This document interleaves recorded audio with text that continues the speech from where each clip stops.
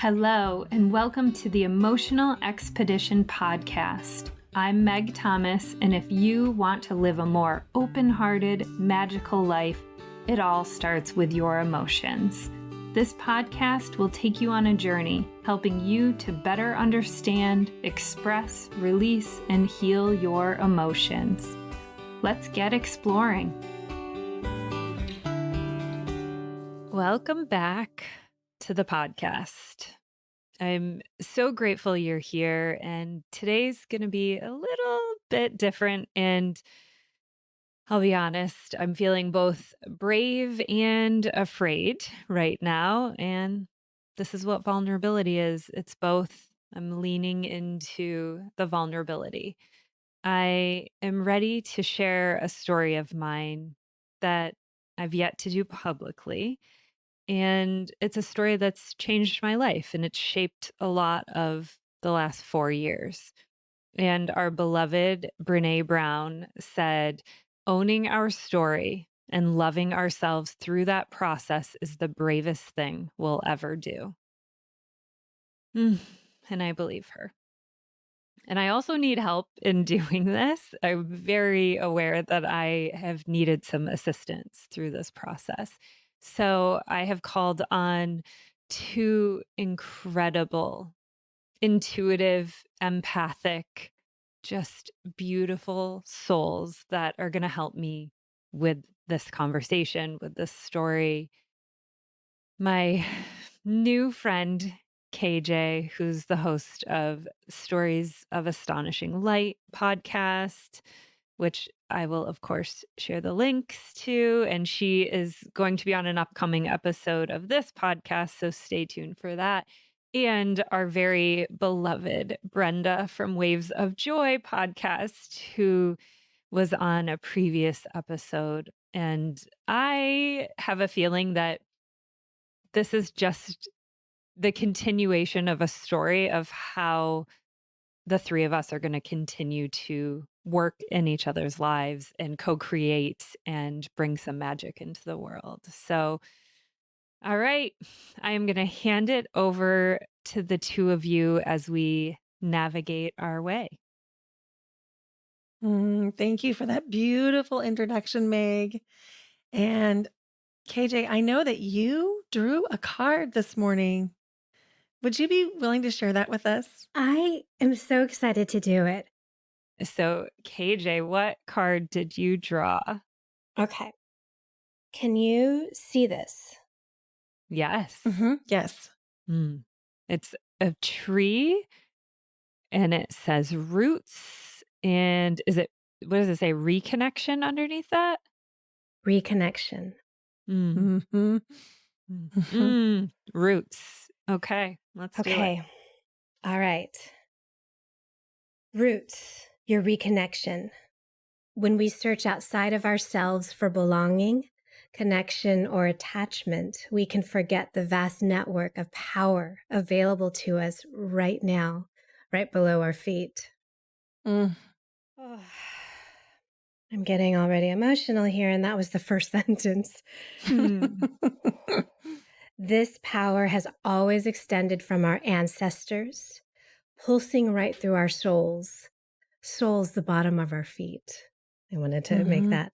There is a potent medicine for you that lives in your blood and bones, waiting to be uncovered. Blood and bones. Of course. Of course, there are many unseen treasures ready to be unlocked as you return to the power of your familial and cultural ties. I literally have chills. I am completely shaking from toe to head. There's more. Oh, yes.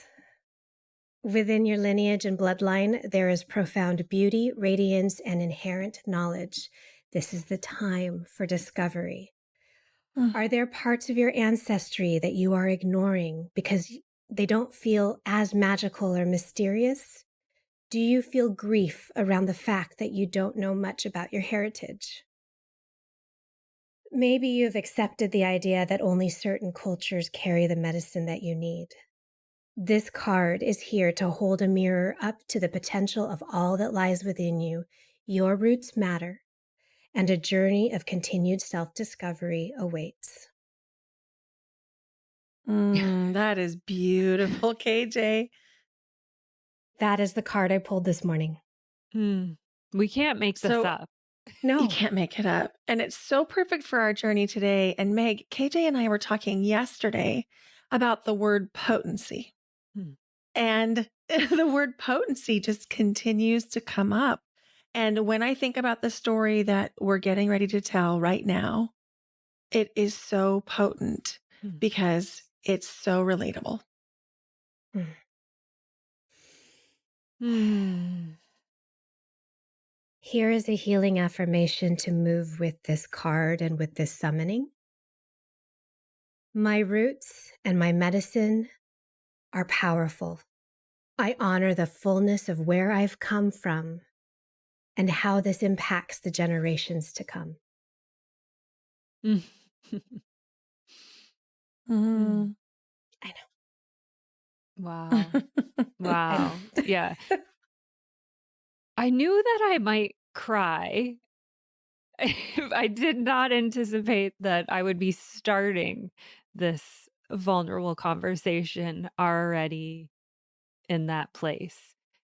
And I want to tell you guys a couple fears that I have of doing this and doing this work. And that card, of course, is an indicator of what's to come in this story.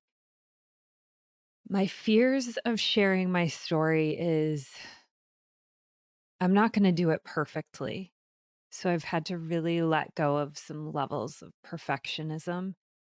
And sometimes it's really hard to tell our story without hurting people around us that Mhm. we love. And I think that's why a lot of us keep a lot of our stories to ourselves because there's a fear of that I may not do this perfectly. I know I'm not going to do it perfectly. And I don't want to hurt those who I love, but I also want to stand in my truth and reclaim this part of me.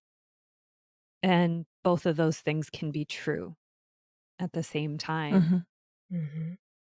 Yeah. And my Mm. intention, why on earth I want to share this story, um, is there's a couple of reasons.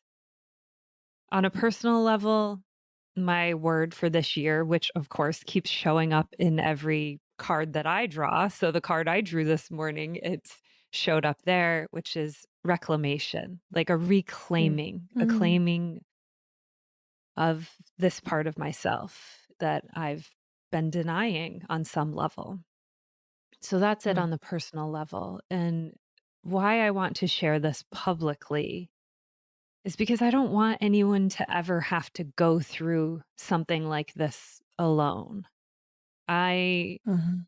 I'm hoping that this story help connect, can help connect someone maybe with themselves, see themselves in a story. I know that that is a part of my journey is that I'll share as we go into this story of being able to see yourself in someone else's story and just how freeing, how powerful that can feel, almost like permission, right? Giving yourself Mhm. permission to feel whatever it is. And I think that's the other piece of this is by me giving myself permission to share this story, maybe it'll inspire someone else to give permission to share a piece of their story or a part of their identity that they haven't yet done. So that's Mm. what I'm Mhm. bringing to the table. That's what I'm bringing with me today. Thank you for sharing that so openly and courageously. And Mhm. I just want to say that I know that when we get to the part of this episode where the story takes form, I know many people in my personal life who are experiencing very similar things. and your mission to connect other people in this experience so that they don't feel alone really hits for me. And it's just so courageous. And I want you to know that before we even dive in. Mhm. All I've, right. Yeah, KJ, you go. I was just going to say, I've just had this pleasure. This is very fresh because we literally had been speaking and diving deep hours ago, just mere hours ago.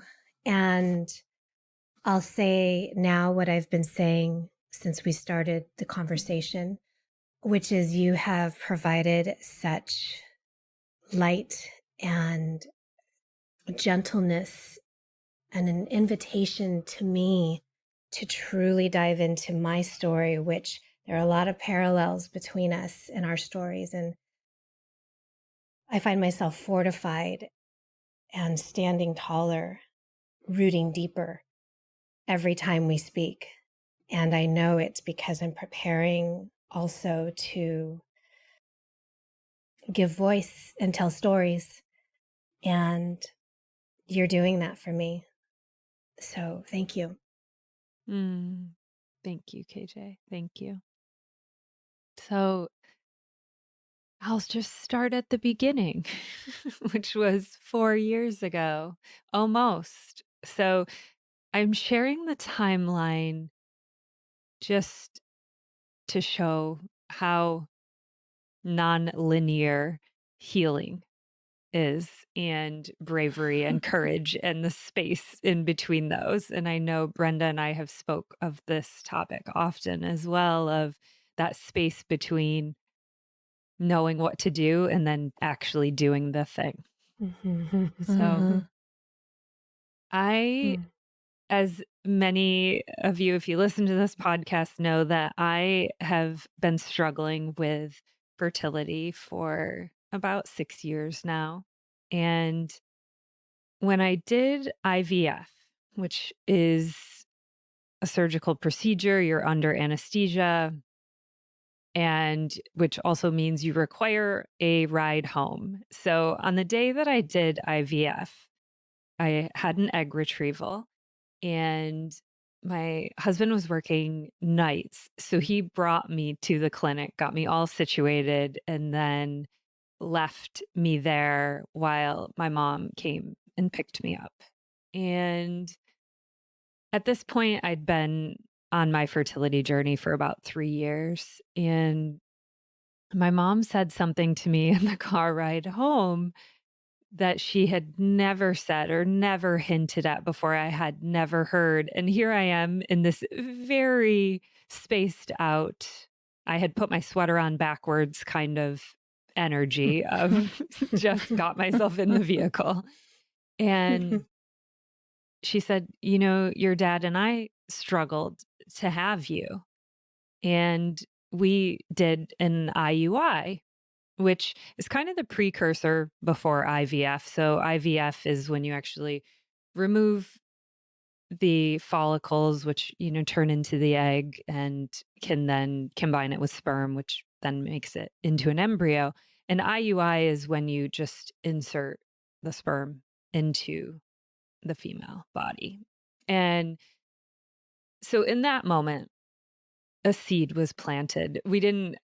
I was way too spaced out to even be able to pull any threads of what does this mean? Why is this coming out now? Like what does this mean? And so I didn't say anything. I didn't ask any more questions. Nothing else was offered.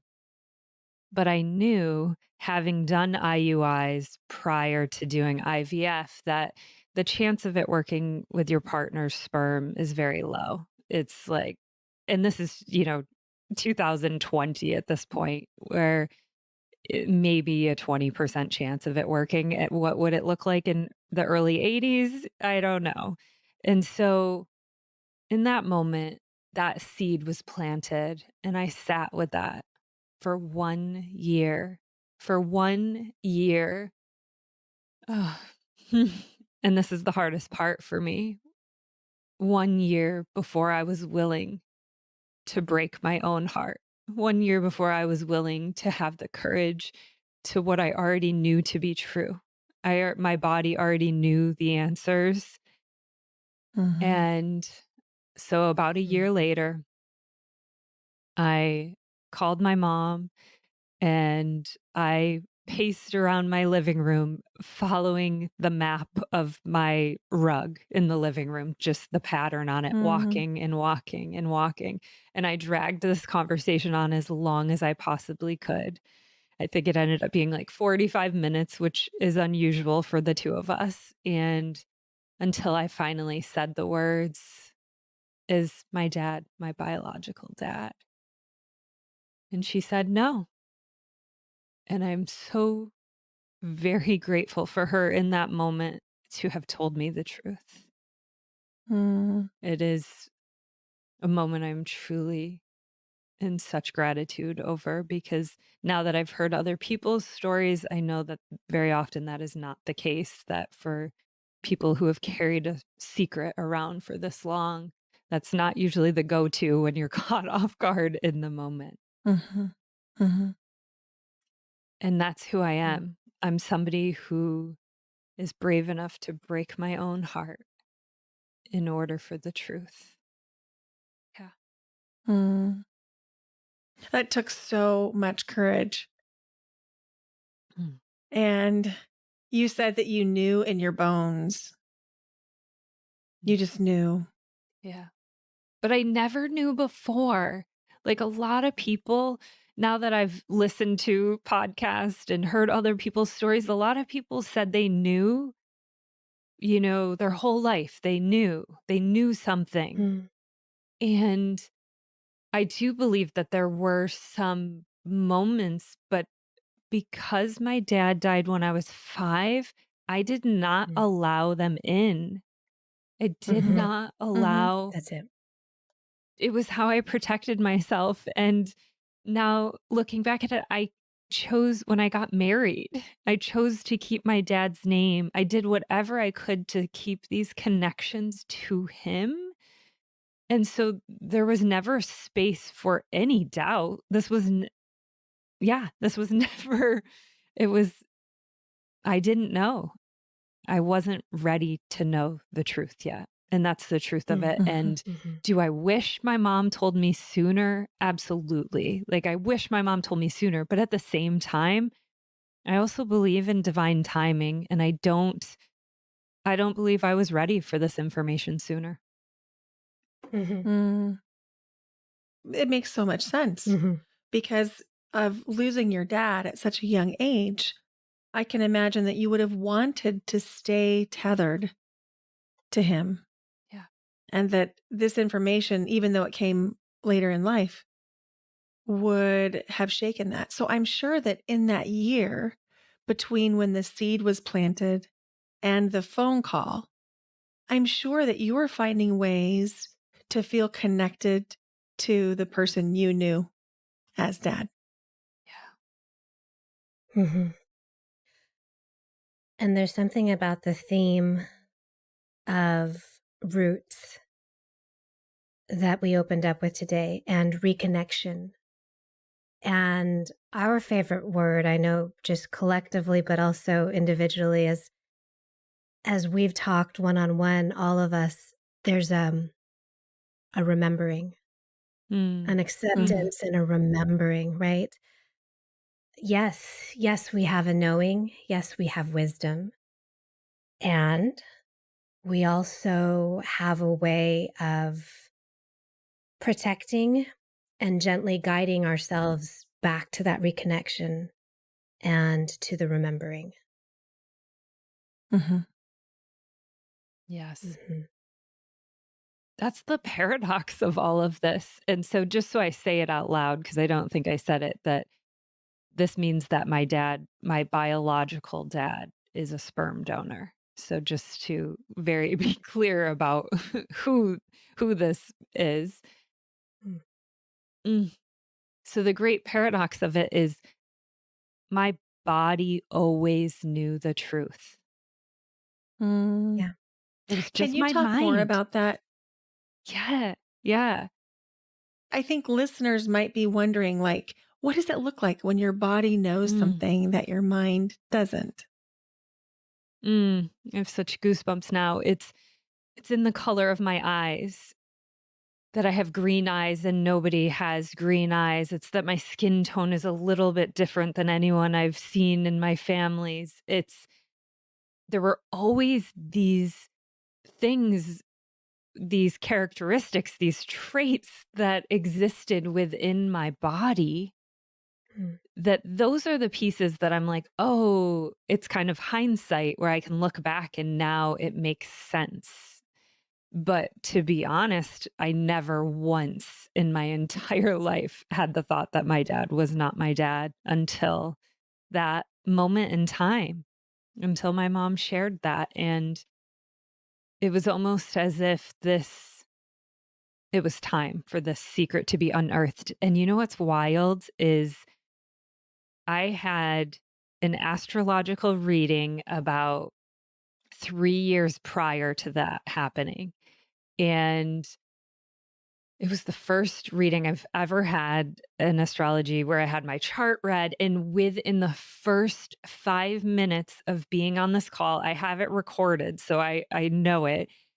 He said, "You were born on a full moon in Scorpio." So Scorpio is my rising, my moon sign, not my rising, my moon sign. And he said, "There is a family secret surrounding your birth, and you will be the one to uncover it." And I Mm. got off that call and I messaged my mom and I was like trying to like, pick it apart a little bit, like without actually saying any of that, because this is not the world she lives in where she would like listen to an astrologer and believe these things. Mhm. Mhm. But I was like, "Oh, was anything going on around the time that I was born?" And, around that, and just asking it, "What was your relationship with dad like?" And yeah, Mm, nothing. I couldn't mm, get it. I couldn't get anything. So even at that moment, there was nothing. Nothing had seeped in except for just this wild moment with an astrologer that makes sense years later. mm, mm.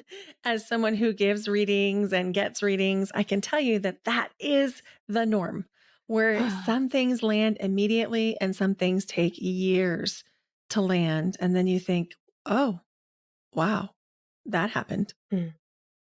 Yeah.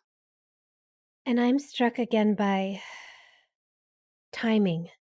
Mm, You asked questions directly mm, where it could have been a stage or well, it was an invitation for those first seedlings to emerge. And they didn't, as you said. yeah. Maybe, like you had said, maybe there hadn't been some preparation that needed to be done for you to be able to resource and be ready for when it lands and you could hear it. Yeah. And maybe when your mom could share it too. Thank I you. was wondering about that piece as well. Hmm. And I was wondering about how much courage you've shown in Mm. your fertility journey that may have permissioned and normalized her journey. Mm-hmm. You may have been part of her healing, which enabled her to plant the seed. Yeah. Wow. That feels Yeah, really that. I have not drawn that connection.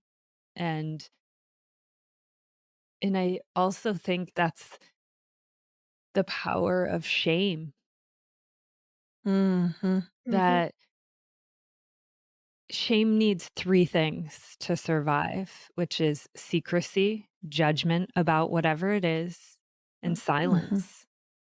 Hmm. And so my mom had been keeping this secret for, I think, 36 years at that point. And I don't blame her for that. And I also, because I'm in the fertility world myself, I have not struggled with that I was conceived this way at Mm-hmm. all. Like that is a thing for a lot of donor conceived people. And I am not carrying that. That's, I think, probably being in the fertility world for a few years ahead. I know just how powerful the desire to have a child is. And one of the hardest things for me is that my mom saw me struggling and suffering. And this secret, this shame that she carried around this was bigger than her desire to connect with me about a Mhm. path we've both walked. So for me, it's like a missed opportunity of connection. And this is what the industry, I was born in 1983, so I was conceived in 1982. And the first IVF baby was 1979. And Mm. they were all sorts of labels. It was you're a test tube baby. There was so much Mhm. shame around Mhm. that process, which actually makes me admire my mom so much because I'm going through the fertility world in a different time, in a different era when things are much more open. These are the things where I'm like, ooh, her astrological sign is Aquarius. These are the moments where I can see that Aquarius, that Aquarian energy of doing something different out of the norm. Mhm. So I actually see her as wildly courageous for going down this path. The desire to become a mother has brought me places I never thought it would bring me. Me being somebody who doesn't like to take Tylenol and drinks green juice and Mhm. doesn't go to doctors has brought me into a world of putting artificial hormones into my body and shots and meds and doctors and all of these things. So I know how powerful the desire to become a mother is. And I can see that that was in my mom's story, that she wanted this so badly. And back then, they would say, "Do not tell your children. Do not tell them." They would even go as far, I don't believe that this happened at the clinic that I was conceived at, but they would go as far as mixing the sperm donor's sperm with the father, with the dad's Mhm. sperm, because mostly at Mhm. this time, it was for heterosexual couples who were struggling to conceive back in the late 70s, early 80s, and they would mix the sperm together so we could have that dad walk away knowing there was a chance it was his. Mhm. Like, isn't that Mhm. wild? Mm. So the industry was built on secrecy, and it's very different than the adoption world. They started much sooner being able to say as a whole collective, not, as individuals, but as a collective, they would say, when you're and if you can speak on this, KJ, if you know, they say, tell your children they're adopted, right? With sperm donor babies, they were not saying that. They were Mhm. saying that at all. Mhm. Yeah. It's funny because that was we had brought up that thread before when we were doing our series. I think it's also going to be a continued series, and the three of us, I just feel like this is just a catalyst. Really, it's just a Mhm. pivotal jumping off point. And so I had a minute to think about that question about when should we know? When are we told? And as a child of adoption myself, it wasn't for me, my case is that it wasn't a surprise because I looked physically, I had physical traits that were so very different from my adoptive family. So it wasn't a mystery that I was adopted, but what was, I think, really impactful was that we didn't normalize or explore or expand in what we did notice. So it was still known that I was adopted. I had obviously different birth parents than my sibling. but we never talked about it. And so there was an element of like, maybe it really just didn't happen, even though I have evidence to the contrary. Mhm. Mhm. Maybe it's not. I think the intention was that let's keep it on the down low. If we don't talk about it, we won't maybe need to confront some uncomfortable feelings.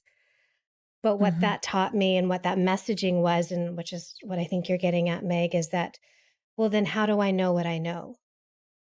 Mhm. How do I know that my body, my instincts, my intuition is saying, but there's something and no one's talking about it.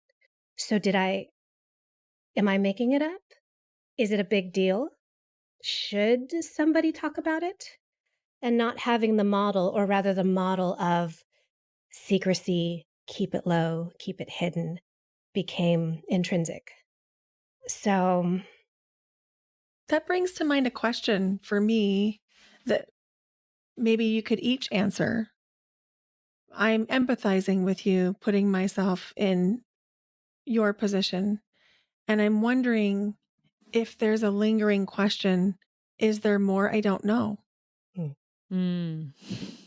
mm. Mm. That's just a little question. Uh, That's part uh, 25 that we will get to. yes.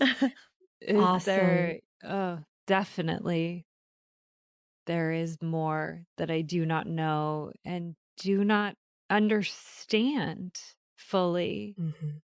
Even I heard this term when I started researching because this is who I am. I just am like, "Oh, I need to understand this better."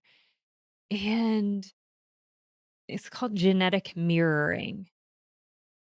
Mhm. And Mhm. so it is this idea that you have things reflected back to you. So it's like, oh, I have big thighs, and I've seen that all the women in my family have big thighs. So it makes sense to me versus it being never reflected back to you.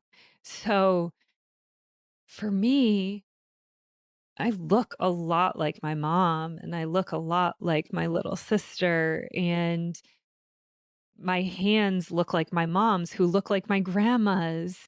And I can see how my aunts and uncles, and I can see how all of those pieces work together, how all of us, including myself, have pieces of that lineage from a physical characteristics.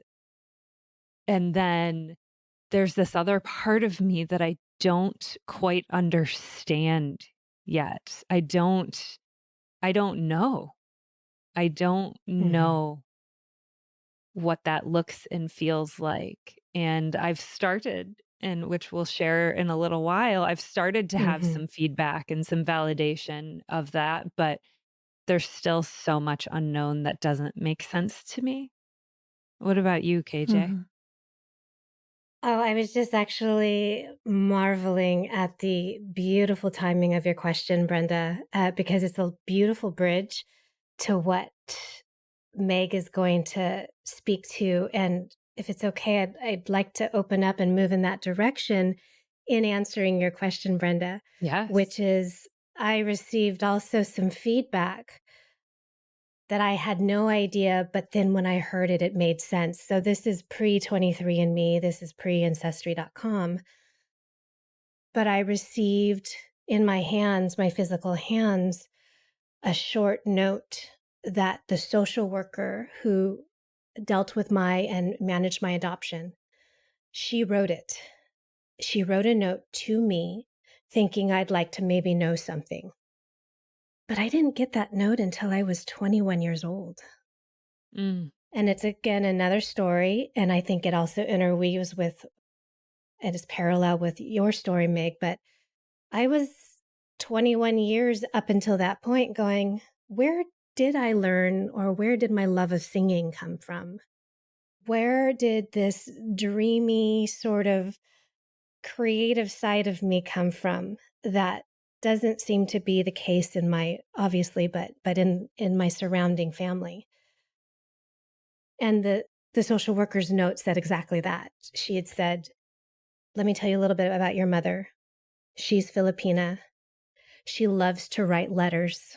She loves to sing. Mm. you know? Mm. Mhm. And I was just like, I know. Thank you. Mm. Thank you. Mm. Right? And then there was only one line, but it is so significant. My biological father, nobody really knows much about except that he's Puerto Rican. And that helped me kind of understand why my hair texture is a little different than most of the Filipino people I've met. Not all, but most. I have naturally curly, coarse hair, while most of the other Filipino people I've encountered have really straight, smooth, shiny, thin hair, and I have coarse, curly hair at its core. And I was just like, oh, okay, okay. Mm. Mhm. Mhm. So, yes, yes, there is question always of, but what else? What Yeah. more? Mhm. And Right? I've never spent so much time thinking about nature versus nurture Right? until this. It's Right? never been something that had fascinated me before it, but when it becomes your own story, it's like, "Oh, Yeah. tell me more about that." And Meg, like you said, you had some feedback, real time yeah. Yes. feedback. Yeah, so I'll walk you through the next because it didn't happen right away. So the initial seed was planted. I waited 1 year to gather up the courage, and I just emphasize this over and over again that wherever you are in whatever part of your story, your journey, it doesn't have to be my story, wherever maybe it's leaving a job or a marriage or starting a business, that there's this time between the knowing and the doing. Mhm. And so I waited a year. I then spent almost 2 years, almost 2 years really because I wasn't grieving in that first year when the seed was planted, as long as it was still unknown and unconfirmed, Mhm. I was not grieving. But when Mhm. I finally asked the question, I experienced just a tremendous amount of grief. It was as if every story, every strand, every cord that I had connected to my dad was just all of a sudden unraveled. And it was like the things that I were so silly that I had held on to. And I think a part of it was losing him at 5 years old was it was like, "Oh, you love to eat cheese? You must be a Thomas. Oh, you sweat a lot? Your face gets red? Like, you must be a Thomas." Like, these were absurd, silly things that connected me to my dad. And I do have a very deep spiritual connection to him. He has given me signs my whole life. And so none of that was touched. None of that changed. And that was what was really challenging was the people in my family were just giving me this feedback of nothing has changed. We don't know why this matters. Like nothing has Mhm. changed. Like your Mm. dad Mhm. wanted you. He wanted you. He was your dad and nothing has changed. And that was true. That was true. My dad is my dad and Mhm. will forever be my dad. And I believe that my soul chose him to be my dad. That's my belief system of Mhm. how these souls come to earth. And I also my soul chose to have this experience as well. So I was feeling so conflicted that ever and mm, what I was feeling towards my mom was a betrayal, which I've never felt before from her. She's the person I trusted most. And that's why language matters. That's why I am the Mm. host of this podcast and putting language to the emotions because until I understood what it was I was feeling, I was confused and conflicted and it was like, okay, well the reality is there are ways to move through betrayal and once you have the language to it, it's accountability, it's Mhm. amends, Yes. it's all of that. It's being able to Yes. speak without getting defensive But what happened Mm. were there were a lot of mini betrayals all around me. Had no idea until I opened the box how many other questions and things would come at me, which was who else knew? And all of my aunts and uncles knew. My grandparents knew. My stepdad, who came into Mm. the picture later, knew. And that was really hard that Mhm. other people had more of a right to know what was going on in my own body than I did. And Mm. it took me a while to be able to forgive. And I'm still working on it. Like, I'm still not completely there.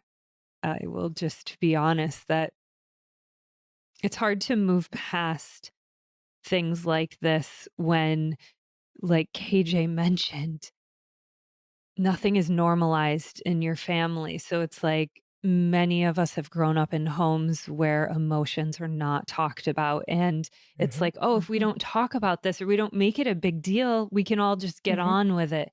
And I'm always the one over here, like, picking up rocks and looking underneath them and flipping them and looking for crystals in them. And it's like, well, let me really inspect this and dig a little deeper. And so it's not a Mm. conversation that people really want to have with me. So at the Mhm. same time, I was feeling nothing had changed and everything had changed. I will always be my Mhm. father's daughter.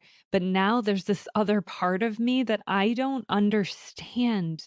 Like that question you asked, Brenda, of what else? What are these things? Those are the pieces that I still don't understand and am just starting to put them together. But I've had to do it essentially alone because that's not what we do in my family. Mhm. Mhm. And I know many people can relate to this. I don't want to lose my family. Mhm. So at Right. the same time, these are some of the rules of our family. And I've had to do this healing part on my own for the last 2 Mm. years. Mhm. So, Mm. yeah. So much compassion for you being on this journey and the courage that you show and the commitment to your family is remarkable. And I just want to really acknowledge that it is felt Mm. by anyone who knows you or listens to you that you deeply love your family Mhm. and that you want this forgiveness more than just about anything else. And it's not there yet. And that's okay because just the willingness to be forgiving is enough right now. And I'll be completely transparent. I haven't done it perfectly. A part of Mm. me, which I've shared on this podcast, is when I cannot go to that emotional well, I withdraw. So Mhm. a Mhm. part of me being able to initially what I did was I stepped back. And Mhm. so if you were to ask my family, they would not see this as the deep compassion and love that I have for them. But in order to stay connected and not burn down every bridge, I had to step back and create some new boundaries and then be able to go back into it. And so, yeah, it's not Mhm. hasn't Mhm. been perfect. It hasn't been linear, but Mm. this has been a part of my journey. Mm. I think it sounds like you've done a beautiful job as somebody who teaches boundaries. Mhm, Taking the time that you needed to get clear on why you needed a boundary and what it should look like is wise and Mhm. it's loving. Mhm. We spoke briefly, and I can add a little more information. I left it sort of cryptically because I was like, let me double check on my resources. But you and I spoke the other day, Meg, about shame, Yeah. and you brought it up again in Mhm, this context as well. And as we know, Brene Brown does a lot of work in shame and vulnerability. And I have just stumbled upon recently, actually, right as we are having these conversations, it's perfect timing, of course. of some more research around shame responses and shame reactions. So, in the same way that our bodies respond to stress or traumatic memory, there's the fight, flight, fawn, freeze, and so on and so forth. There are actually more, but those are the rock stars in the moment. There are actually shame responses and phases as well, similarly. And you actually, without even knowing it, this is how in tuned with your body you are, Meg. You named some of the cyclical phases of shame response. Mm. There is a denial. There is a fawning and a clinging in which we try to keep connection no matter what. And what that might mean is that we're not accessing our anger or accessing some of the other appropriate, I'm using finger quotes, Mm. appropriate reactions, right? So we keep ourselves from being angry or rageful because we just want to stay connected and we're only thinking about preservation of others, our loved ones. And then you mentioned that. How is it that I can move through this journey and not somehow hurt my family, hurt my loved ones? So there's this part of us that also sort of holds back. You had said withdraw. That's another reaction. We withdraw and pull in for a number of different reasons, protection of others, but also so you can reassess. And I think that's really, really important. And I think that's what you're doing right now, or you're moving out of that because you're able to reassess, but also review and check back in with what you actually know is true now. You're able to match up experiences and say, ah, I was right. My intuition Mhm. was right. That pause that I had for a second of like, oh, so not everybody in the family has quite this penchant for cheese, or maybe they do, or the green eyes, or the palette of my skin, or the color of my skin tone, my palette. Those are right. Those are right pauses. And now you get to pull back out and say, right, right. Okay, that was okay. And now you're in the place of re engagement. So that's another part of the reaction cycle for shame. You're re engaging and actually looking through the lens of compassion and humility and vulnerability and a willingness. That's what this conversation's Mm. about. That's what the conversations have been about the last Mhm. couple of months that you, me, and Brenda have known each other. This is you reemerging and saying, let's uncover this. Let's engage with this. It's really powerful to witness. It's an honor to witness. It feels Mm. so seen right now. I've never heard I'm gonna have to dive into this research because I'll give you the info. Yeah. yes, like this I feel very seen of my own process of my own shame included in this Mm, story and identity. And before we are gonna have a part 2. So we're gonna come back and I am going to share the next big part of this story, which includes 23andMe. But is mm. there anything either you wanna say before we close this chapter?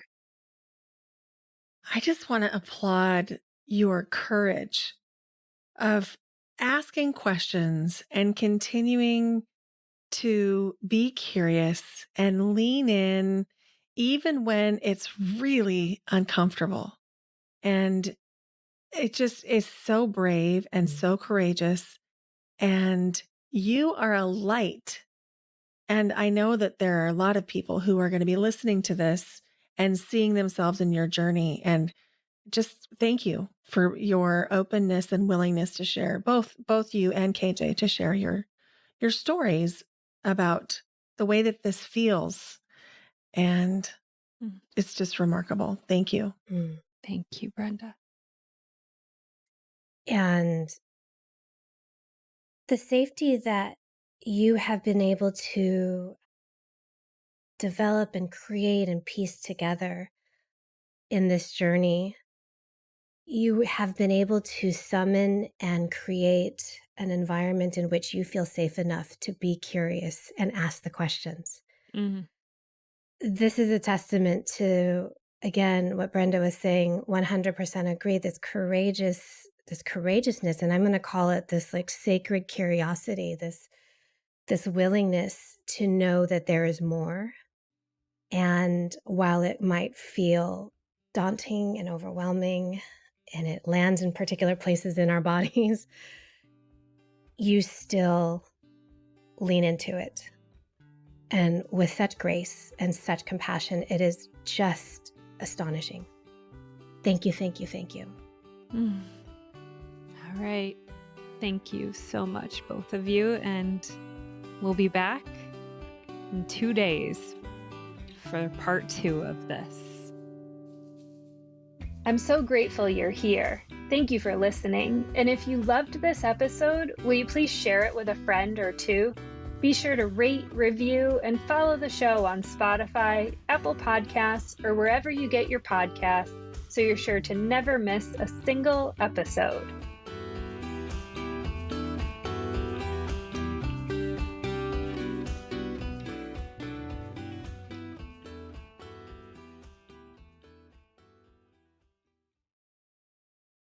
This podcast is part of the Sound Advice FM network. Sound Advice FM, women's voices amplified.